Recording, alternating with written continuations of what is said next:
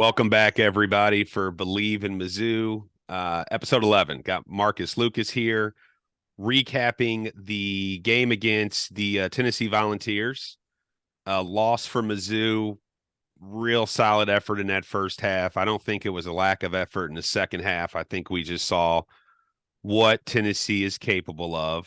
By all accounts, may end up being a BCS team, might slip in that top four. So when you're up against that caliber of competition, you would expect that Mizzou has to be as close to perfect as you can be. I know it's impossible to play the perfect football game, but as close as you can get. They were pretty good that first half. We'll get detailed as we go on here with the show, but the second half is what really separated, obviously, these two teams. Marcus, what was your take on Mizzou's performance on Saturday?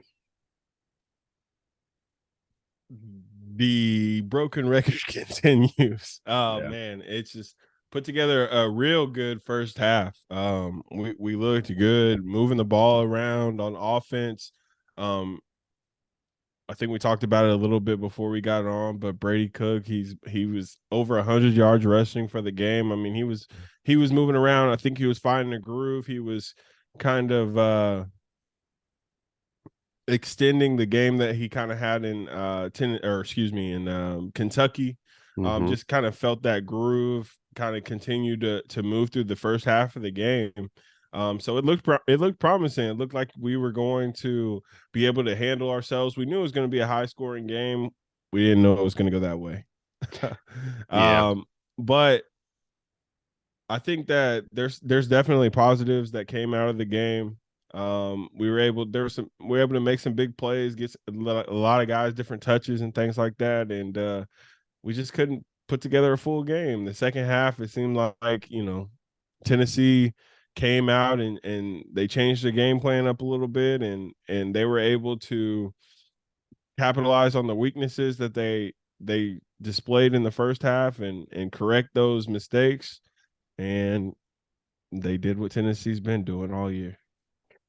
Yeah, I agree with that. And I think, unfortunately, in media and journalism, they're always looking for someone to blame. And the whole entire season, it's been one of two things. Is it Brady Cook?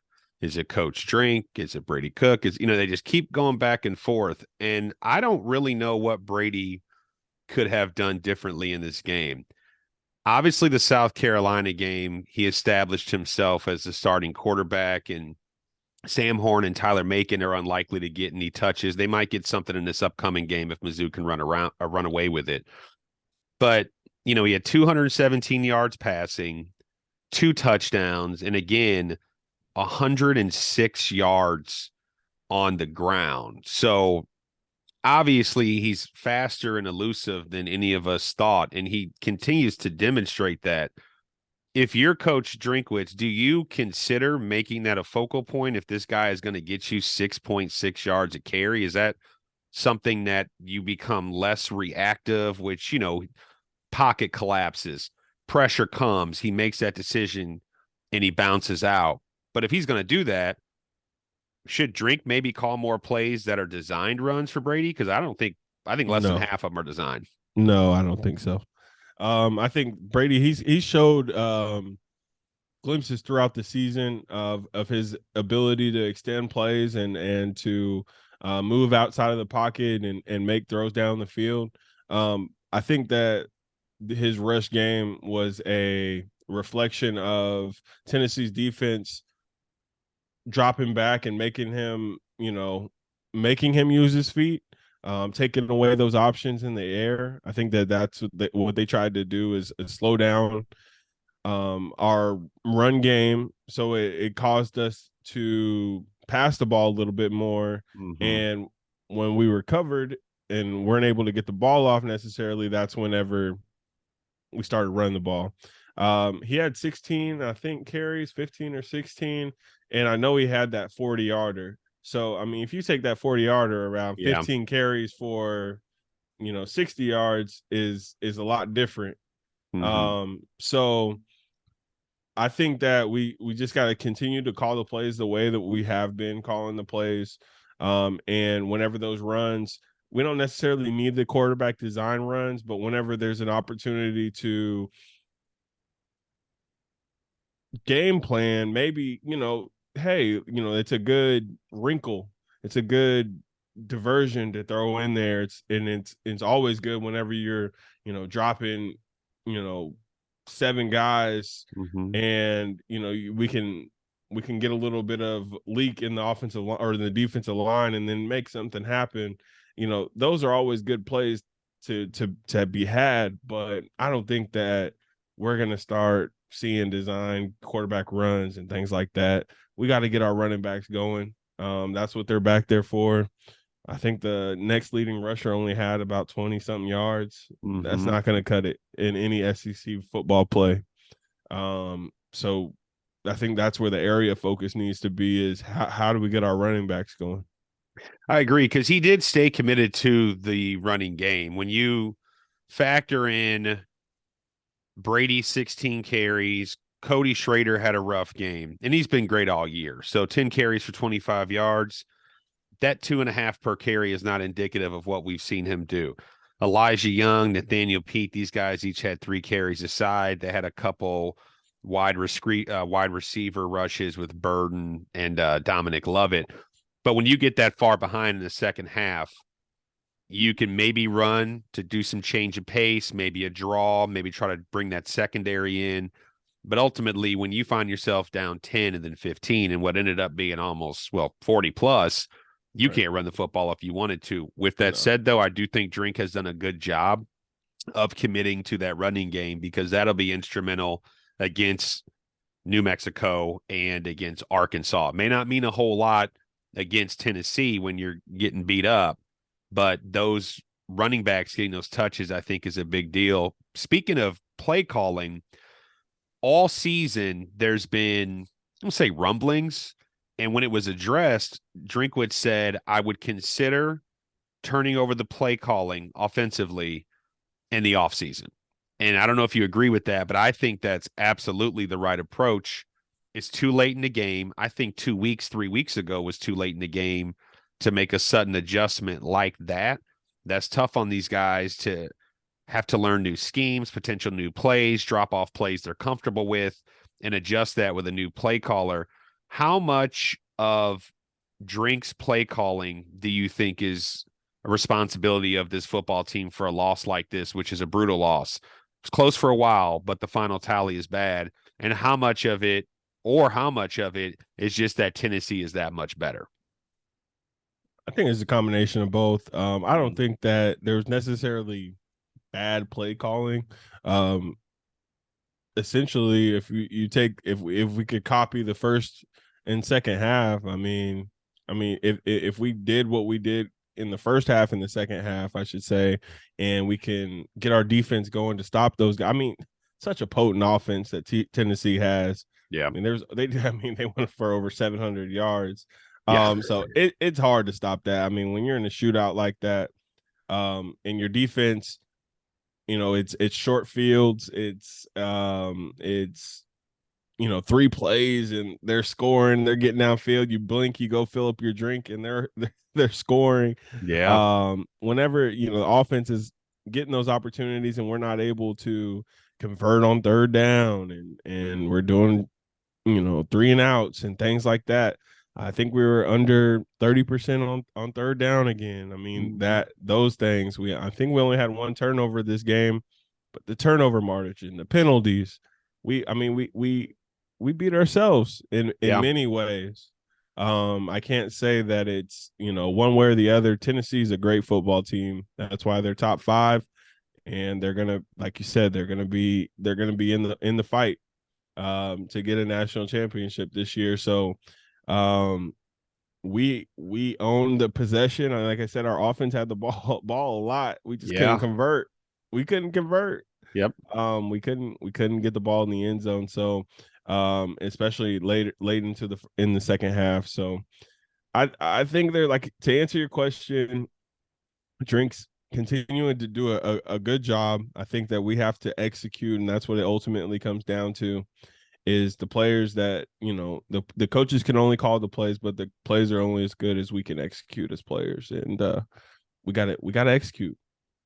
I agree. And these numbers don't insinuate a 42-point loss. You got Tennessee 4 for 11 on third down, Mm-hmm. 1 for 3 on fourth down. They run only 5 more plays than Mizzou. They have the ball quite a bit less than Mizzou. We obviously had a ton of penalties. Yes. 14, you were going to have a heck of a time winning football games in the Southeastern Conference with 14 penalties. But Tennessee had their share as well. So I think, and this could be off, but this defense all season long in a lot of ways has carried this football team. So even in those losses to Georgia and Auburn and Florida, they were losses, but those games were competitive Mm-hmm. because this MUD was so good. And I think they might have got a little bit tired, despite Yeah. the time of possession, the amount of plays, and those things, mostly favoring Mizzou, the big plays. And one thing that Mizzou has to game plan for, and this is a huge deal in my opinion, they looked completely unprepared for the hurry up offense. Tennessee, I don't know how many positive plays they got by going no huddle, but it was a lot. I mean, in most cases, if they ran to the line after, whatever down it was, they were converting first the following down, or at least picking up yards and chunks. So if I'm on the MU defensive coaching side of the ball, I am prepping this team, and they probably won't face that sort of offense, obviously, with New Mexico or Arkansas. But if there's one large area of improvement for this defense with Mizzou, it's how do they handle the hurry up, because they looked completely unprepared, and that's not a reflection on Drink. No. So, to kind of, cut off and sign off on that MU offensive side of things, I don't know what else you can do when you have a quarterback that's moving the ball. He's efficient. When he needs to, he picks up, 100 plus yards on the ground. They had 5 receivers with 2 or more catches, 3 with 4 or more catches. You can't run the ball when you're at that stage of the game. I think they were just simply outmatched in terms of not just scheme, but also talent. And we talked about it last week. Tennessee was out for blood after losing that game to Georgia. So we got their best effort, and it was damn good. It was enough to set a school record, and I hate to see that, because I don't want it to kind of soil or muddy what this Mizzou defense has done all year, which is be top 15 all year. So exactly. I mean, it's just tough. Like, I was kind of looking back. I just looked back to see like the scoring drives. I mean, on all the drives, 2 minutes, 13 seconds, 2:15, 2:16, 1:42. Let's see, 25 seconds, 2 plays, 3 plays, 41 seconds, 8 plays, 2 minutes and 20 seconds, field goal, 4 plays, 1 minute. Let's see, 2 plays, 57 yards, 27 seconds. I mean, they were getting the last drive, the last score they had 80 yards, 5 plays, 2 minutes and 30 seconds. So they were scoring just so fast. I mean, they were stepping on the field and they were scoring. I mean, they didn't have a scoring drive over what looks like 7 plays. There's a 1-9 play. 1-9 play. So I mean, that's tough sledding right there. That's tough. It's big. It's big game offense. It's quick. And the best comparison I have is, you look at the 85 Bears, right? A Super Bowl team. And they were built on running the football, a very powerful offensive line. Walter Payton, you got Willie Gaw, a couple guys that can catch the ball, but that wasn't what they were made of. And then look at the 99 Rams, right? Yeah. These are Mizzou's defense in short yardage, one of the best in the country. And even mid-tier, medium yardage, one of the best in the country. They got absolutely worked in the first game of the year. And it was against, not a great football team, the secondary, that is. And then the secondary is tightened up. So to play such great football defensively and then suddenly be thrust into playing a team like this that moves quick, goes deep, they have exceptional players on that Tennessee offense. I just don't think they were completely prepared for that. They held them at bay most of the first half. I think they allowed 21 points in that first half, 28. and then the floodgates opened up quickly, and it's because they just got gashed. And the other side of the ball, if you can't move the ball on the ground, those drives are going to start to get shorter and shorter and shorter. And even though that time of possession favors Mizzou, if it's 2 or 3 minutes, yeah, you're not in the field as long. But if you give up 20 to 40-yard plays at least once a drive, you just can't win. So difficult loss, but I definitely think some lessons in there. And if I'm Mizzou, I am very focused on what do we do on the defensive side of the ball? How do we get more prepared when we have a very short time to prep for the next snap, especially if someone's moving in a quick hurry up offense? Offensively, I think we've kind of just reiterated what we thought last week. Brady probably is the guy. Sam Horn and Tyler Macon may get some clock this week. You wouldn't expect them to get a lot against Arkansas in a rivalry game. Mizzou needs both of these wins for bowl eligibility. It won't be a great bowl, but I do think they will reflect on this season when it's over if they get these 2 W's. We want to get ahead of ourselves, but there were a lot of lessons. This team very easily could be sitting at 8 wins right now. They're not, but they learned a lot, and they have a lot of underclassmen that are pushing the pace and starting. So I agree. This year, compared to the following year, should look completely different, which brings me to the transfer portal. No one knows what anyone's going to do, but if I'm a Mizzou player, I don't like this loss. I'm heartbroken by the previous losses. I'd rather get beat by 42 than lose to the number 1 team at the end of the fourth quarter like they did with Georgia, right? And you can speak to that better than anyone, but I'm not in a hurry to transfer. It's a great campus. It's a good environment. It's a big-time school, and it's not big-time enough, the Bamas and the Georgias, where you're not positive or certain that you get clock. Some of the best players in the world don't get the clock that they might get if you're playing in an Alabama and don't get the chance to shine for years. These guys learning and getting better this season, ideally, if they return, Mizzou should be a top 25 team. I can see that. I mean, I really can. I think just with the guys that we have returning with experience is going to be crucial for us. I think that we're going to be able to. I mean, even we talk about some of the guys that are on the bench and at the quarterback position. I think that just having a year of sitting back and getting those mental reps, getting the practice reps against our defense and getting our defense right every single week. That's an experience that a backup quarterback really they can get a chance to grow from that. Because like we talked about, our defense has been solid all week, and we just have to Bleav that every single day at practice they're bringing whatever, all their strong suits. And we talk about Sam Horn and we talk about him going against that defense every day. That's just going to make him better. So I think whenever it is his time, we just have to Bleav that he's going to be well prepared. He's going to have a year of just seeing the ups and downs, what went good, what went wrong. If he's as good as a quarterback as we all Bleav him to be, he should be able to adjust to the game really, really nicely next year. If there were to be a game where we see him, it would be this game. If it were to happen, it would be this game. And if we're talking about the future, I think that maybe these next 2 games, if that's the direction that we want to go in the quarterback position, Drink might, just say we're gonna roll with who we started with for the rest of the year and have the competition in the offseason. We could very well see that as well. But I just have to Bleav that next year, with all being said, that we will be a top 25 team. We'll be ranked. We'll continue to recruit, having the best, recruiting class that Mizzou's ever seen, and having those guys develop. That's what we're looking forward to. If we can keep stacking, and we talked about building bricks.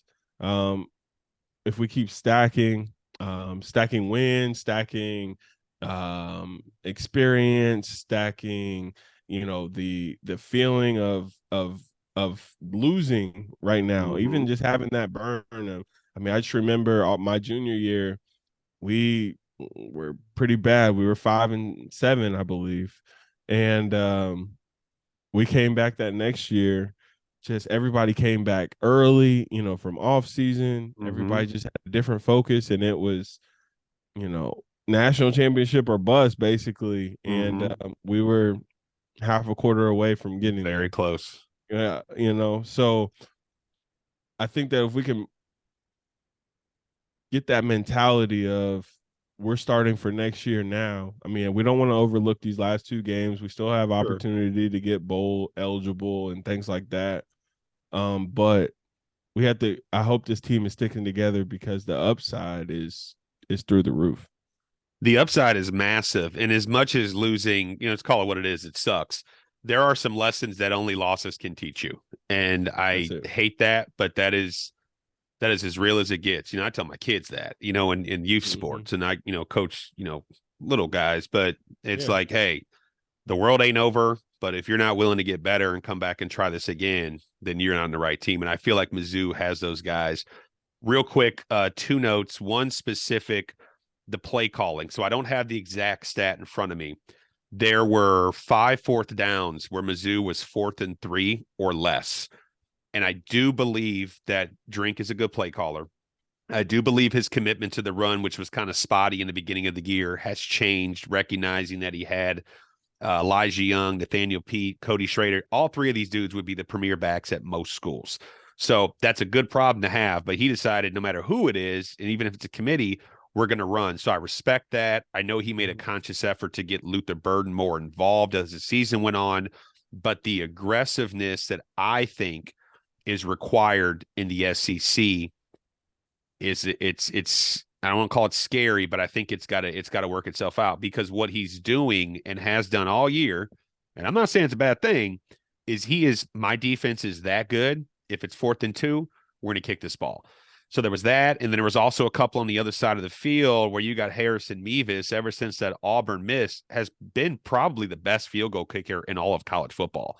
Yeah. So the aggressiveness kind of weaned a little bit. And against these kind of squads, you'd like to see him take those chances. That's my opinion. I've never called an offensive play in my life, not at that level. So I could be wrong. But watching as a spectator, I'm going, ooh, 4th and 2 on the 48.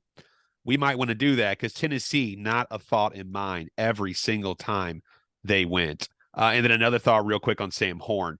He is the 100th, and he just changed 48th 148th or 49th ranked Major League Baseball prospect. So I am worried if we want him. I am worried that if he doesn't get a little bit of clock, like say they're up, 28-0 on New Mexico, we need to go ahead and get him in the game. You know what I'm saying? Yeah. Because if he chose football as a 4-star guy, has the opportunity to start, not so much worried about him transferring. I'm more concerned about him falling back in love with baseball. And if that's what he wants to do, that's a beautiful thing that he has that flexibility, that he's a 2-star athlete. But I'd like him to at least have the opportunity to get some game reps. To that point, if he leaves, Tyler Macon's pretty damn good too. So Mizzou Right. is in a interesting position with the QB. Brady Cook's got a couple years left. I think some think he's underwhelming. I think he's gotten better against the better teams, and that's got to Mm-hmm. count for something. So he deserves the opportunity to keep starting. But I would love to see Horn, maybe even Macon, just get, a couple series. That would be ideal because if the guy goes and plays baseball because he doesn't think the opportunity is there, even though he shouldn't expect that as a freshman, then we'll never know what we would have had there. Yeah. So No, I agree with that 100%, man. But it's tough. I mean, especially when we're talking red shirts and different things like yep, that. I mean, burning a red shirt for a couple series, is it worth it? yep, Because you just never know what's going to happen in the future. That kind of thing. Um, I, it almost seems that I don't know. I'm not in the locker room or anything like that, but it seems like there could have been a conversation at the beginning of the season of, hey, this is your role and this is how we want to develop. We have a plan for you. This is what we want to see from you, and this is how we need you to grow over this year. um I could see that being the case. sure. especially we talked about it earlier in the season, just about how maybe Drew Lock got thrown in there a little Yeah. early and unprepared and things like that. So it took, he took some hits like, oh, maybe Drew isn't who we think he is and who we thought he was and that kind of thing. But he just was inexperienced. Yep. And he comes back that next year and sets sets records. Yep. So I think that they're just being very conservative with the two reserve quarterbacks right now. Brady, he is definitely shown heart and encouraged throughout this year to continue to come back and battle with his teammates and battle for this offense.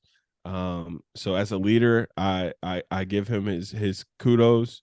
But we need a little bit we need a little bit more out of that position, and Yeah. we need a boost in the offensive line to complete this star-studded offense.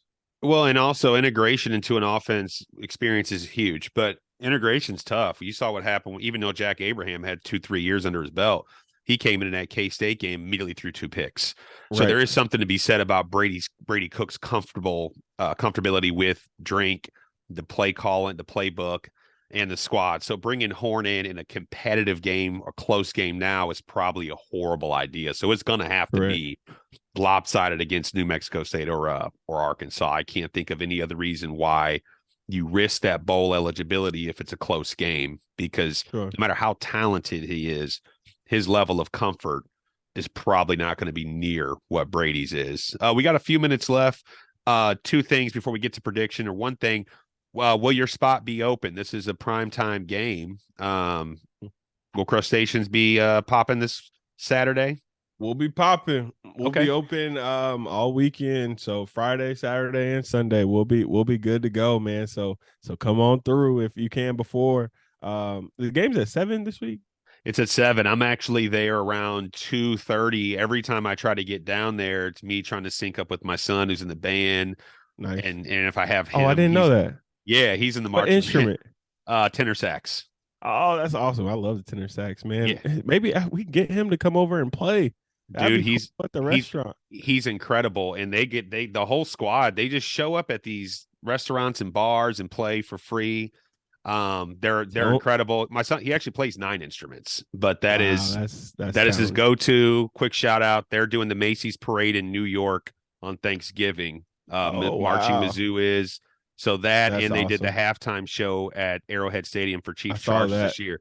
Yeah, so it's been a big year for them. Cool. There, he's a great kid. He's killing it. So I will 100% be there this weekend because I'm there early. So I'm gonna stop by, get some food. Cool. Do the whole thing. But, and then lastly, man, we're gonna have to talk off air about that, man. He's got to come through and play some music for us. That's awesome.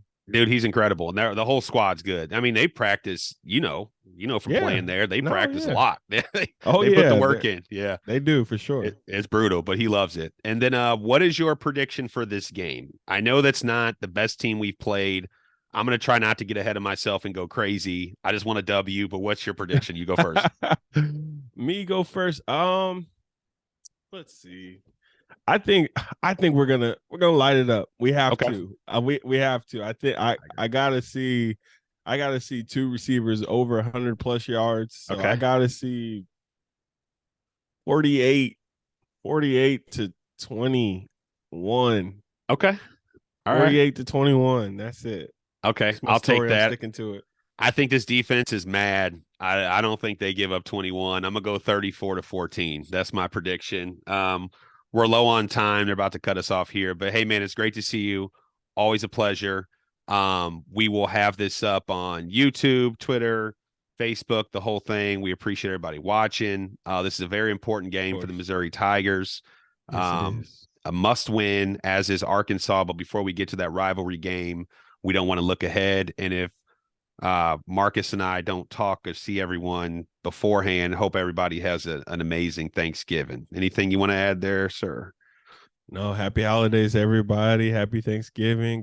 Get full for me. I'll be back at home in Kansas City getting full. So there you go. I almost thought about sneaking down to get to that Arkansas game next week. So if you do, let me know. I'll be there. I'll let you know if I make it down there. It's I'm on the fence about it. So Cool. but All right. man, it was great great being here. Thanks for having me. Thanks to all the fans for being out here. MIZ. ZOU. Talk to y'all soon. All right now.